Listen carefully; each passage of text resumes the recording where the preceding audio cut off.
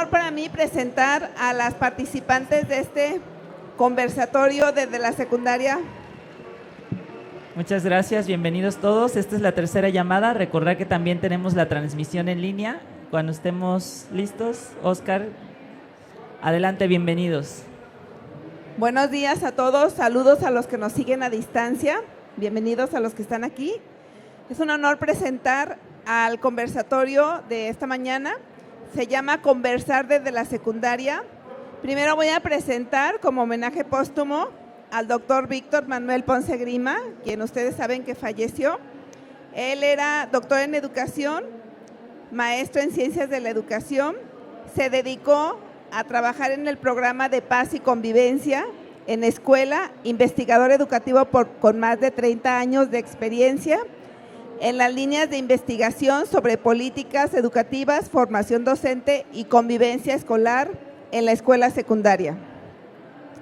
Después presento a la doctora Ana Cecilia Valencia Aguirre, quien es doctora en educación por la Universidad de Guadalajara, profesora de escuela primaria desde el 84 al 92, trabaja en el Departamento de Investigación Científica de Educación de la Universidad de Guadalajara, participó en el Departamento de Investigación Científica y Superación Académica, DICSA, y es docente de la Universidad Pedagógica Nacional y en la Benemérita y Centenaria Escuela Normal de Jalisco.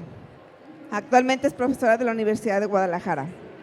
Luego voy a presentar a la doctora Tere Prieto Quesada, quien es doctora en Educación y miembro de la Academia Mexicana de la Ciencia, pertenece al Sistema Nacional de Investigadores Nivel 3.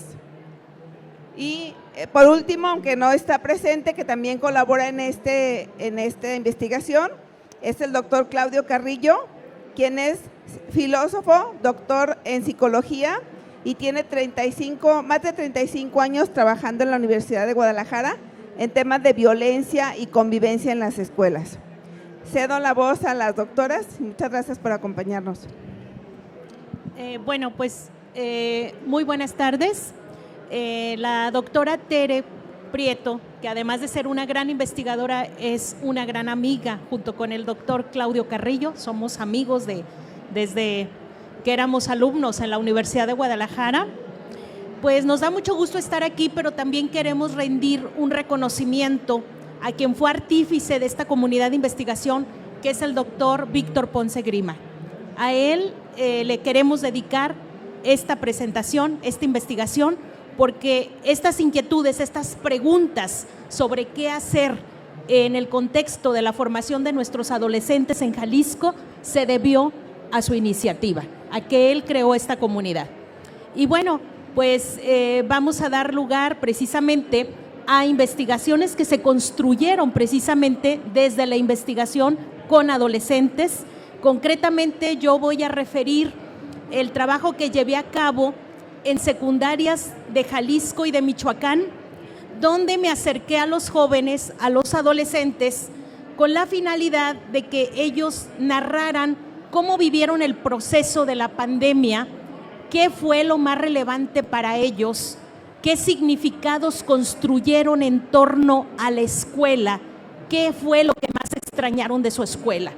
Fue una entrevista abierta, un acercamiento donde se les permitía hablar con libertad, de manera abierta, para que ellos expresaran cómo vivieron el contexto de la pandemia. Aquí lo importante, y esta es una tesis, es que la escuela se resignifica a partir de los sujetos. Nosotros tenemos una concepción de escuela adultocéntrica.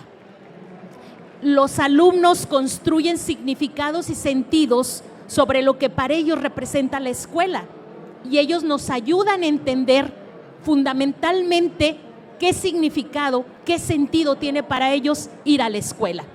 Esa fue la cuestión, ese es el quid de esta investigación. ¿Para qué?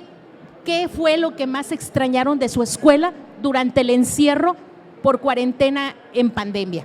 Siguen siendo vigentes las narrativas, por supuesto, y mucho de lo que ellos nos narran nos invita a reflexionar. Bueno, pues voy a dar lugar a la presentación.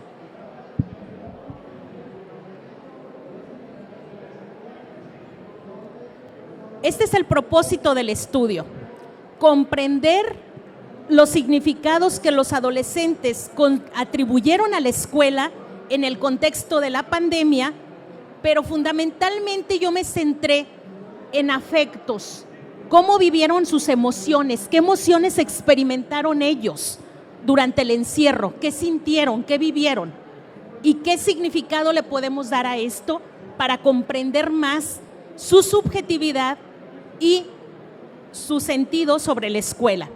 Y a partir de esas narrativas que recuperamos desde entrevistas semiestructuradas con estos muchachos de contextos de escuelas tanto urbanas como rurales, de Zaguayo, Michoacán y de la zona metropolitana de Guadalajara, entonces nosotros analizamos esas narrativas donde ellos nos hablaron de sus sentimientos, de sus expectativas, de lo que ellos esperaban cuando volvieran a la escuela y de lo que ellos encontraron también. ¿Qué significa la pandemia? ¿Qué significado puede tener la pandemia más allá de que nos quedamos encerrados, de que tuvimos muchas pérdidas materiales, se perdieron trabajos, se perdieron empleos, se perdieron vidas? La gente que se enfermó muchas veces quedó con secuelas, no solamente a nivel fisiológico, sino también a nivel psicológico. La pregunta, ¿cuál es el contexto de la pandemia?, nos obliga a ver qué sucedió ahí, cuáles son los datos duros que nos aportan las instituciones sobre la situación que se vivió. Obviamente, en este contexto de la pandemia por COVID, que afectó a toda la población en general, quienes fueron más vulnerados fueron el sector de las infancias, las juventudes y las personas de la tercera edad, porque son la población más vulnerable. Pero ahorita nos vamos a centrar sobre todo en los jóvenes. Las propuestas y esfuerzos se vieron rebasados ante estos brotes emergentes que prolongaron la fase del confinamiento. Recordemos que inicialmente iban a ser 15 días, un mes, 2 meses, y esto se prolongó por 2 años y todavía seguimos bajo la amenaza de nuevos rebrotes y de nuevos procesos de cuidado del cuerpo. Algunas de lo que tenemos aquí de dato duro, es muy importante reconocer, son los estudios que llevó a cabo el gobierno del estado de Jalisco, que reportó que muchos planteles fueron vandalizados. Y la pregunta, seguramente a ustedes como directivos o maestros les tocó que sus escuelas fueran vandalizadas, que fueran robados los sanitarios, dañados, rayoneados. La pregunta es, ¿eso qué significado tiene? Ahorita la doctora Prieto va a hablar de la violencia. Pues fíjense que este es un elemento de la violencia de la propia comunidad hacia su escuela. La pregunta es, ¿qué sentidos tiene esto? El 8.6 de los participantes en el estudio que llevó a cabo el ITESO señalaron haber perdido empleo. Este fue un estudio que hizo ITESO en 2020. El 27.7 permanecía desempleado. Aquí tenemos datos duros que son muy relevantes. El siguiente nos dice que el 51.5 registraba una disminución en el ingreso familiar, o sea, hubo una merma de la economía. El 71% de los hogares encuestados registró menores ingresos a los de antes de la cuarentena. El 41% reportaba una caída de hasta el 30% de su ingreso económico familiar. Este estudio lo hace la UNICEF a nivel global. O sea, el problema que vivimos a nivel local y nacional fue un problema que también se vivió a nivel global. Este fue la situación que se vivió. El 35.2% de los hogares señaló que al menos uno o más de sus integrantes habían perdido su empleo. 1 de cada 3 de esos hogares vivió inseguridad alimentaria, según datos de la UNICEF. 33.8% de los hogares encuestados con una población de 0 a 17 años señalaron que uno o más de sus miembros presentaron síntomas severos de ansiedad. Ahora vamos con el problema que se dio también a nivel psicológico, no nada más a nivel económico, sino también a nivel psicológico y a nivel de salud de la vida. 24.6% de las personas menores de 18 años presentaban síntomas de depresión. 34.2% de los hogares encuestados informa que las discusiones y las tensiones en el entorno se agudizaron. Esto es, la violencia intrafamiliar se agudiza durante la pandemia. Y en este contexto la pregunta es, ¿cómo esto afecta a nuestros jóvenes, a nuestros adolescentes, a nuestras infancias de las escuelas? Según la UNICEF, se habla del daño que sufrieron nuestros niños, niñas, jóvenes y adolescentes a nivel de salud mental. ¿Cuáles fueron esos sentimientos que emergieron? Ansiedad, depresión, y que muchas de estas causas de las emociones se debían a la situación familiar que estaban viviendo en sus familias. Otros se encontraban desmotivados para llevar a cabo actividades cotidianas y un 73% sintieron la necesidad de pedir ayuda para su equilibrio físico y mental. Aquí tenemos otros datos duros. En una encuesta aplicada a 55,692 personas de entre 15 a 24 años que llevó a cabo el Instituto Mexicano de la Juventud entre julio a septiembre de 2020, reporta que atendieron 39,531 casos por ansiedad o depresión ante la pandemia. Bueno, podemos seguir dando muchos datos, pero creo que lo importante es que nos quede a todos claro que nadie pudo salir indemne de este fenómeno que fue el COVID-19. A nivel psicológico, a nivel económico, a nivel mental, a nivel de las emociones. Ante todos estos escenarios, la pregunta clave, una vez que reconocemos el problema, es cuáles fueron esas emociones que nuestros jóvenes, nuestros niños, nuestros adolescentes experimentaron durante el confinamiento y por qué la idea de que nos narren. ¿Qué significa narrar lo que ellos vivieron? Es un acto, efectivamente, maestra, terapéutico, catárquico, sacar aquello, pero también a nivel de investigación, no nada más es una catarsis, también nos están proporcionando mucha información que debe ser significada. Dos autores claves que me ayudaron a entender el fenómeno de la narrativa son Paul Ricoeur y Hannah Arendt. Son teóricos, los dos judío-alemanes, y ellos nos plantean que toda vivencia es susceptible de ser narrada, toda. De ahí que hasta los maestros requerimos esos espacios como este para narrar lo que nos acontece.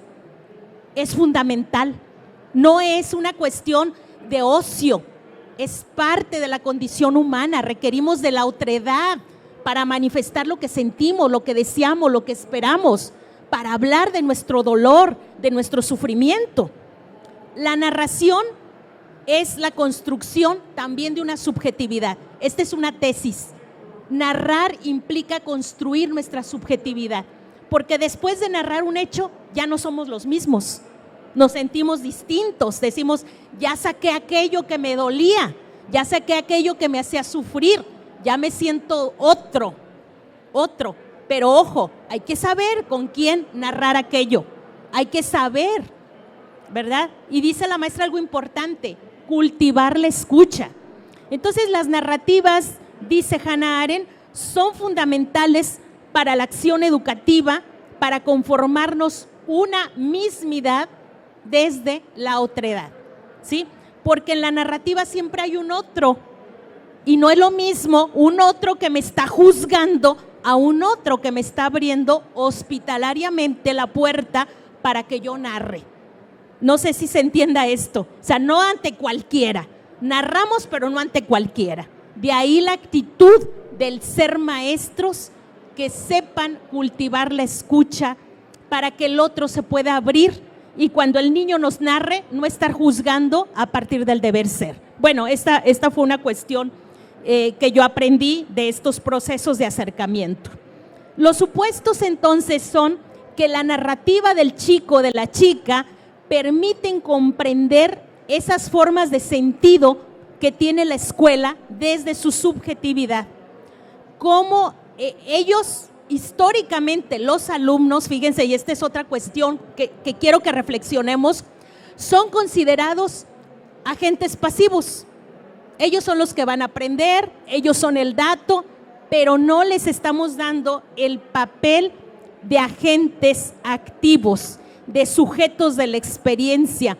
No son receptores, no son usuarios del sistema educativo, no son clientes, son sujetos activos que piensan, que hablan, que narran, que construyen y que reconstruyen los significados que para ellos tiene la escuela, y concretamente aquí desde una vivencia particular que fue la experiencia del COVID, la experiencia del encierro, una experiencia ineludible, intransferible, donde solamente se tuvieron experiencias que no se pueden cuantificar, sino es a partir de una comprensión narrativa.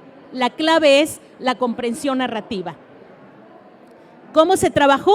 A través de entrevistas, y una vez que se les entrevistó, de entrevistas focalizadas, teniendo como foco ciertos aspectos, se analiza la información a través de procesos cualitativos, a través de construir categorías.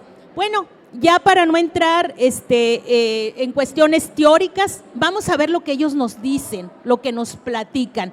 Aquí sustraje algunos fragmentos narrativos que dan elementos para entender qué hay ahí. Por ejemplo, un chico nos dice: me sentí feliz al principio porque no íbamos a venir 15 días a la escuela. Después nos avisaron que no íbamos a volver por un tiempo y me puse triste porque ya no iba a venir a la escuela. Bueno, si narro todas, ustedes las pueden luego leer de manera detenida, pero lo que aquí se ve, fíjense, es un tránsito de las emociones. Las emociones de los chicos no fueron fijas. Primero les dio mucho gusto, ya no voy a ir, ya no me voy a levantar temprano, pero luego se genera esa experiencia de la incertidumbre. Aquí nos dice un chico: ¿hasta cuándo voy a volver? ¿Verdad? Fue muy angustiante para mí. Ahí tienen algunas frases subrayadas, no sé si las alcancemos a leer. Una frase dice: me sentí muy preocupado y a la vez triste. Fue muy angustiante para mí. Me angustié mucho. Al principio pensé que era mejor, pero después de que ya no fueron 15 días, fue más estresante estar en mi casa. Para ellos estar en su casa también fue una experiencia muy estresante. Vivían violencias. ¿Y saben qué me dijeron los niños? Es que la escuela para mí era un refugio. La escuela para mí era un espacio que me permitía no estar tanto tiempo oyendo gritos en mi casa. La escuela fue un espacio donde ellos iban a encontrar un asidero de paz, un asidero de reconocimiento distinto al de sus casas. Eso fue lo que ellos narraron. Algunas inferencias, que no conclusiones, inferencias. Las emociones no fueron estáticas, hubo un tránsito. Y esto es algo humano, ¿verdad? Los seres humanos no estamos determinados. Esto es algo que los niños mostraron. Primero mostraron alegría, gusto, emoción, ya no me voy a levantar temprano, pero luego experimentaron angustia, tristeza, depresión, ¿sí? Incertidumbre. Y entonces aquí digo que estas, de acuerdo a las narrativas, fluyeron de la felicidad, del bienestar, del estado de comodidad a la tristeza, a la desesperación, a la angustia, al enojo, al malestar. La pregunta: ¿qué fue lo que más extrañaste entonces de tu escuela? ¿Y cuáles creen ustedes que fueron las respuestas? Las amistades, muy bien. Los amigos, sí. Las interacciones, el cotorreo, la sociabilidad, ¿verdad? El no poder interactuar. Incluso extrañaron a sus profes, pero no por la clase ni por el contenido, sino por el vínculo, por la persona. Conclusión: los chicos, si queremos decir una conclusión, pero ustedes me dirán cuál es su conclusión, porque a mí me gustaría que cada quien construya su conclusión. Lo que más anhela un estudiante de la escuela son los vínculos afectivos, son los aprendizajes sociales que se dan en el cara a cara. Los contenidos disciplinarios de las asignaturas quedaron en segundo término. Bueno, pues aquí hay algunas cuestiones que los niños sintieron: enojo de quedarme siempre encerrado en casa, incertidumbre y miedo ante el sentimiento de esta enfermedad tan extraña. Me puedo enfermar, me puedo morir, puedo ir al hospital, etcétera. ¿Qué fue lo que más extrañaron de la escuela? Porque eso nos interpela, maestros, maestras. ¿Qué es lo que los chicos más anhelaron de la escuela? ¿Y qué tanto la escuela en estos momentos tiene que resignificarse a partir de esa experiencia? Sí, vamos a ver ante esta pregunta, ¿qué fue lo que más extrañaste de tu escuela durante la pandemia? Fíjense, amigos, interacciones, compañeros, interacciones y amigos, las clases presenciales. Pero ¿saben por qué? Porque los maestros ahí los escuchan, sus preguntas, sus dudas. Ahí se da un vínculo pedagógico. No hay que olvidar esto. ¿Cuál es el vínculo pedagógico que tú estableces con tus alumnos, maestro? ¿Lo sabes escuchar? ¿Respondes a sus preguntas? ¿Los miras al rostro? ¿Sonríes? ¿Atiendes el llamado de un rostro que te está diciendo, mírame, veme? Bueno, pues esos son los vínculos a los que hacen alusión nuestros alumnos. Entonces, vamos a ir como aterrizando. La escuela sí juega un papel importante para los jóvenes, pero como espacio de socialización, de interacciones, de amistad, de compañerismo y también de aprendizajes, porque ellos lo mencionaron. Ahorita vamos a ver una narrativa. Los adolescentes destacan en sus narrativas que lo que más extrañaron o echaron de menos fueron las interacciones de amistad, seguidas de las interacciones de aprendizaje. No los aprendizajes fríos de hacer tareas, sino los aprendizajes en interacción, de retroalimentación, de que me escuchan, de que tengo duda y el maestro atiende mi duda. En las mismas voces está implícito el sentido de la escuela como lugar de encuentro, cara a cara, que las pantallas virtuales, con todo lo bonito que nos dicen que es la virtualidad, y sí, pero las pantallas virtuales no pudieron sustituir ese elemento de la afectividad que se dio y que se hizo patente durante la pandemia. Aquí entonces podemos apreciar que lo que privilegian estos chicos y chicas son sus aprendizajes en la escuela presencial, y que al menos en el caso de los 50 que yo entrevisté, ¿verdad? Unos en Michoacán, rurales, y otros en Jalisco, urbanos y urbano-marginales, la virtualidad no les proporcionó vínculos pedagógicos ni los niveles de desarrollo esperados. Ellos sintieron que no aprendieron igual en la pandemia que habiendo ido a la escuela. Y sobre todo, una parte que subrayo, el vínculo afectivo que hay en esas interacciones. No se desprende los aprendizajes con lo afectivo, y esto los chicos siempre lo subrayaron de manera implícita. Lo que extrañé de la escuela, el cotorreo, pues no está chido así. O sea, no es lo mismo el cotorreo cara a cara que el cotorreo en virtual. Más que nada el hecho de estar con mis compañeros y pues el deporte, esa es otra cuestión.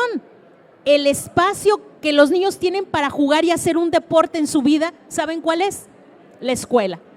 En sus casas y en sus comunidades no hay oportunidad de jugar, de cotorrear, de hablar como les gusta hablar. El simple hecho de llegar al salón y que esté lleno. Fíjense qué bonita experiencia, que esté lleno, que haya amigos. La atención, los maestros no es lo mismo físicamente que virtualmente. Conclusiones. Pues estas ya, después de lo que dije, sáquenlas cada quien. ¿Qué es la escuela para nuestros jóvenes? Un espacio de socialización.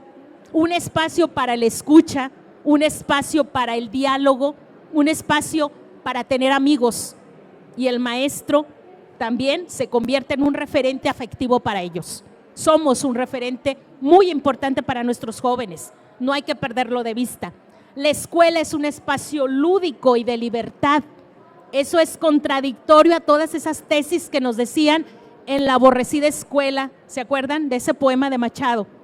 Y de esa tesis que decía es que la escuela, Michel Foucault, es un lugar de vigilar y castigar. Ahí ellos contradijeron a Michel Foucault en vigilar y castigar. Dijeron, no, es nuestro espacio para ser libres, porque ahí puedo jugar y hablar y tener amigos.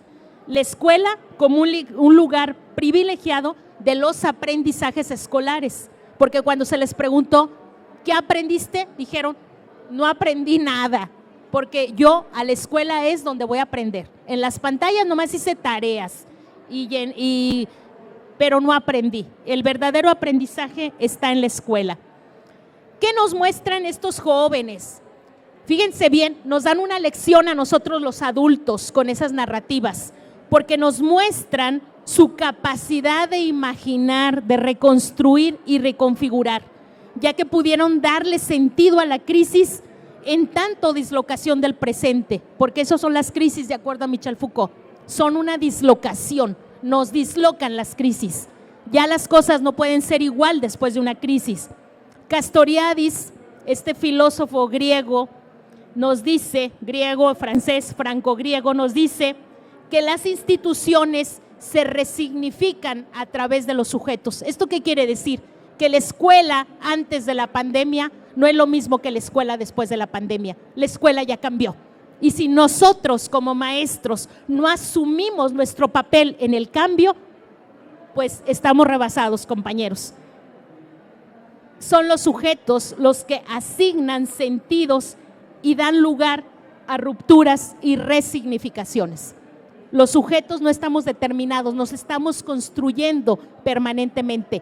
Esa es la gran lección que nos dan nuestros alumnos y que yo los invito aquí en este escenario a reflexionar, a pensarnos y a asumir nuestro compromiso ético y moral ante los jóvenes que hoy en día nos demandan. Muchísimas gracias, compañeros.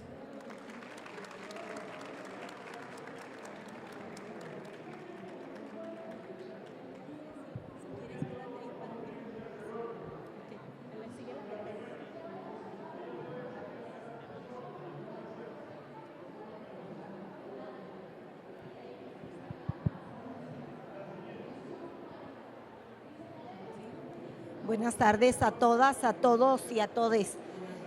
Bueno, para mí es un honor estar con Ceci, una gran amiga y gran académica, además de investigadora de hace muchos años. Y bueno, como ella señalaba, honor a quien honor merece. Este trabajo también fue hecho por parte del doctor Víctor Ponce, nuestro querido y amado Víctor, porque él pues nos dejó un legado muy importante. Y me gustaría leer algo que escribí para él, porque él debería de estar aquí con nosotros. De su vida colmada de páginas de altruismo, sencillez, amor y fidelidad sin límites, de su desprendimiento resultan incontables las historias que se tejen entre quienes lo conocimos. Como escribió Silvio Rodríguez, no estamos hablando de un hombre común, sino del elegido, un hombre que decidió cuál sería su destino y la hora precisa, demostrando que lo más terrible se aprende enseguida y lo hermoso nos cuesta la muerte. Razones más que suficientes para que saldemos la deuda de gratitud que le debemos a Víctor.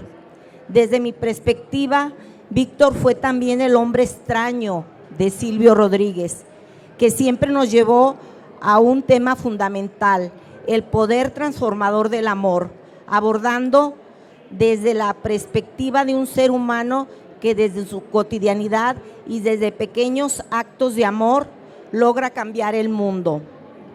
Como nos decía Galeano, muchos hombres, mucha gente pequeña En lugares pequeños, haciendo cosas pequeñas, puede cambiar el mundo. El hombre extraño tiene el don de dar sin pedir nada a cambio. Desprendido de toda ambición material, es en estricto el opuesto al tipo del ser humano exitoso que nos propone el capitalismo. Víctor Ponce era un idealista puro, un poeta que creyó que el mundo se puede cambiar con solo amor, con solo paz y respeto. ¿Cuántas veces la indiferencia de las ciudades, las instituciones, la sociedad y personas como nosotros ha sido un barrote o candado de hombres y mujeres merecedores de mejor suerte?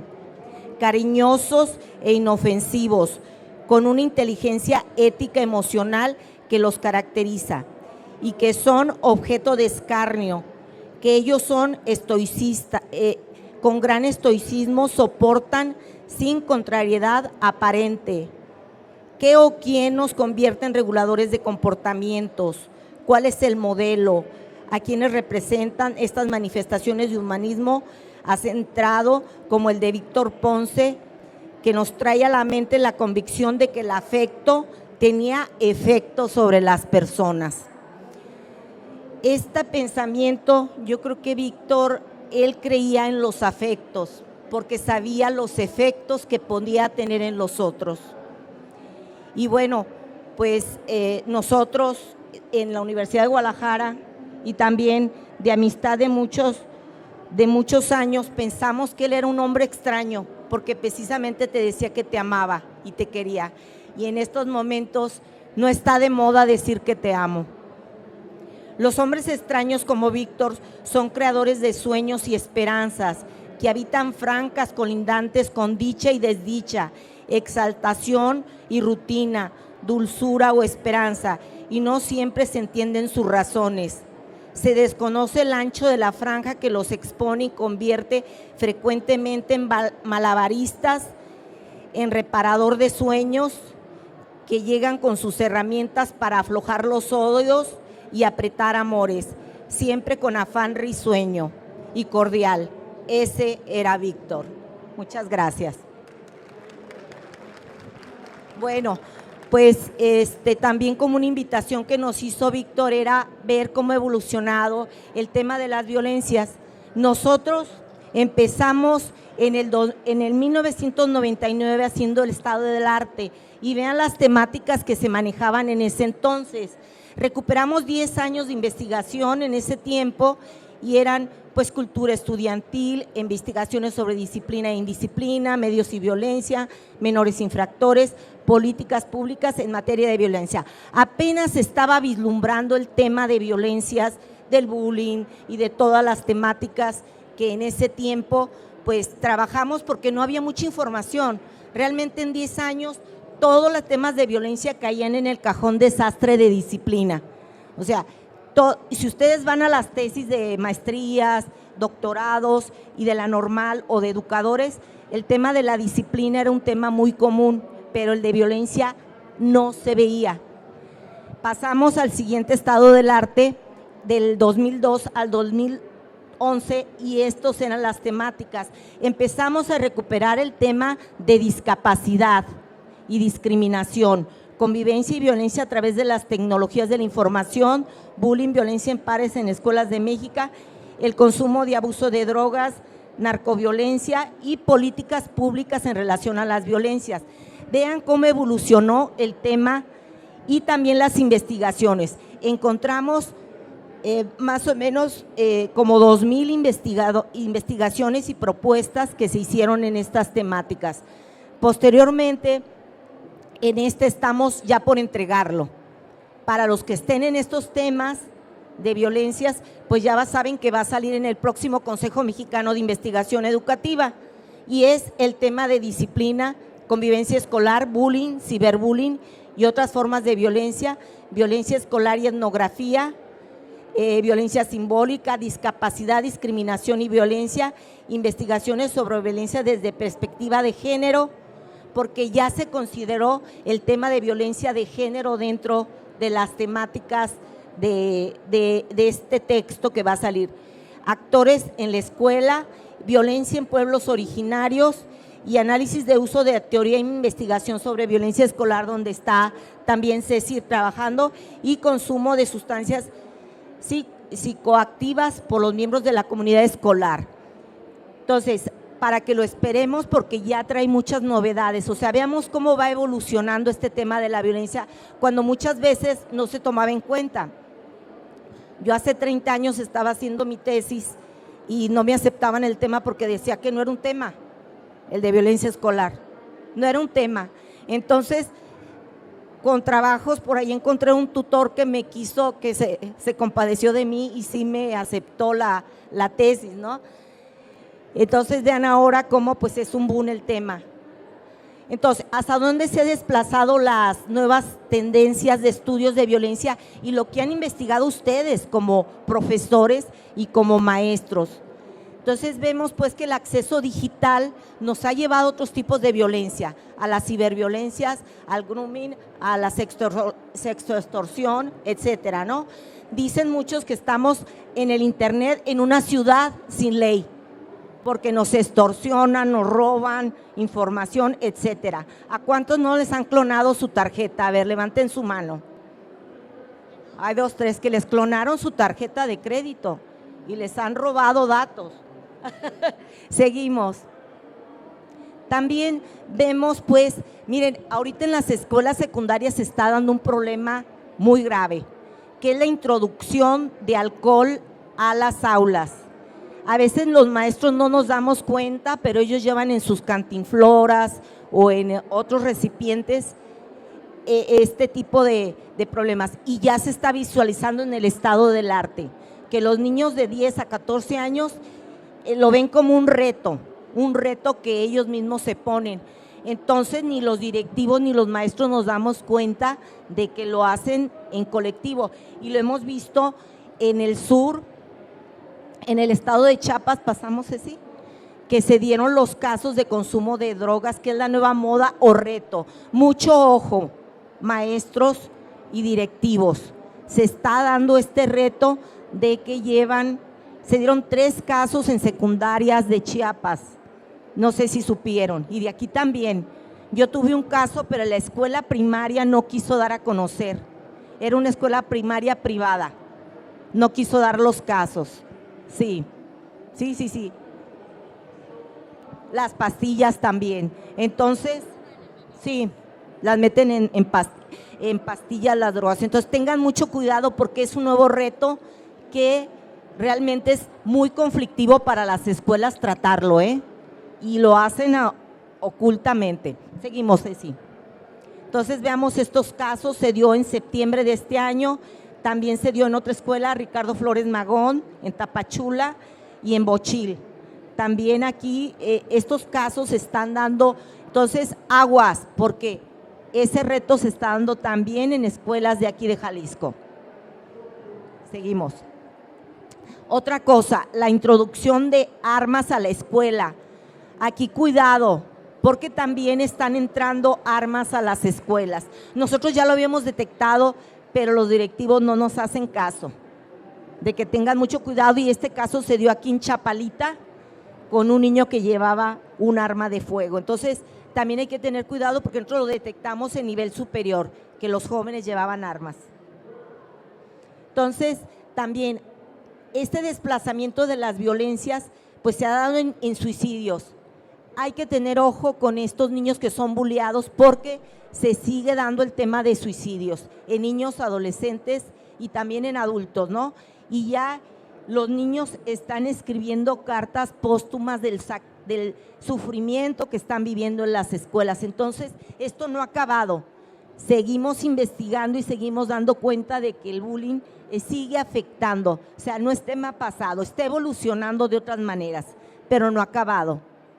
Seguimos. Y bueno, vean cómo tiene que ver también con los estereotipos que ha impuesto un modelo, ¿sí? Un modelo donde la aportación de cara tiene que ver mucho con la discriminación y el hacer menos a una persona, ¿no? Esta niña decía, soy fea y perdedora, dentro de la carta que escribía. de 13 años. Seguimos. También este joven en Estados Unidos le hicieron sextoextorsión, fotografías de él donde él aparecía semidesnudo, aparecieron y él pues de vergüenza también y eso se dio dentro de la escuela. Seguimos. Y bueno, otros casos de niños que se siguen, también este niño se suicidó también por bullying, pero también seguimos con las peleas. Los chicos se siguen saliendo de la escuela para pelearse y eso lo vemos cotidianamente en periódicos, pero también en información que tenemos de nuestros directivos y ahora entre mujeres es más común ya los pleitos. Continuamos, Ceci, por favor. Este es otro niño que en el Arenal, Jalisco, también se suicidó, pero por acoso e intimidación del maestro. Él aquí está diciendo que el maestro homofóbico, el maestro no lo aceptaba. El chico era un chico gay y el maestro lo traía enojizado. Este caso fue muy nombrado aquí en Jalisco y terrible. Entonces, vemos pues que también otros problemas que han tenido nuestros chicos y que es la cuestión del cuerpo. Hay un tema que les hacen bullying, ya sea por el tema de gordofobia, que es una fobia a la gordura y que los alumnos lo representan y son muy crueles hacia sus compañeros o compañeras que están. O sea, la diversidad corporal es importante, que sepamos reconocer cada cuerpo y también respetar cada cuerpo. Ustedes han visto, por ejemplo, en internet que las chicas se cambian de cuerpo y se cambian de cara. Yo estuve trabajando en la Sierra Huichola y las alumnas que entraban al centro universitario se cambiaban hasta de color de piel y el cuerpo también. Entonces, ¿qué quiere decir? Que tenemos que trabajar en estos temas, ¿sí? Con los chicos, todos los temas de diversidad corporal, de temas de LGTB, afrodescendientes, indígenas, migrantes y demás personas racializadas, porque todavía se vive discriminación y exclusión. ¿Qué hacer? Bueno, yo les recomiendo, porque ya nos queda muy poquito tiempo, que lean este libro, es excelentísimo, de Karina Kaplan. ¿Qué hacer? Pues la afectividad en la escuela. Víctor ha estado feliz de leer porque él invitó a Karina Kaplan a este espacio. La afectividad en la escuela tiene efectos muy importantes en la vida de las personas. Un niño, un joven, ustedes son transformadores de vida, maestros, pueden cambiarle la vida a una persona. Y si no, yo les preguntaría a ustedes, y memorícenlo, ¿quién cambió su vida en la escuela? Ahí está. Siempre ¿quién cambió la vida en su vida en la escuela? Podemos cambiar la vida de una persona. Entonces, la escuela es una, decía Ceci magistralmente, constructora de subjetividad. Entonces, mediante las emociones, las personas expresamos el significado moral y humano de las instituciones que habitamos. El dolor es una experiencia humana y en consecuencia altamente simbólica como hechos culturales y la expresión en una educación social. Esto ya lo decía Ceci y pues también Karina, le digo, les recomiendo de veras, es un libro hermoso que nos compromete para romper barreras y otra vez, porque hemos desconectado la emoción de la escuela, muchachos, maestros, porque hemos desconectado la emoción de la escuela, que era algo que nos insistía Víctor. Bueno, en mi experiencia en la escuela como docentes, hablamos siempre de autorregulación, ¿no? Autorregular las emociones del niño, del adolescente, pero ¿por qué no también de expresión? Antes de autorregular hay que expresar, hay que conocer lo que estamos sintiendo, reconocerlo y gestionar más que autorregular, porque luego vemos adultos que se autorregulan tanto que después se ven enfermedades, en estrés, entonces creo que ese sería uno de los motivos.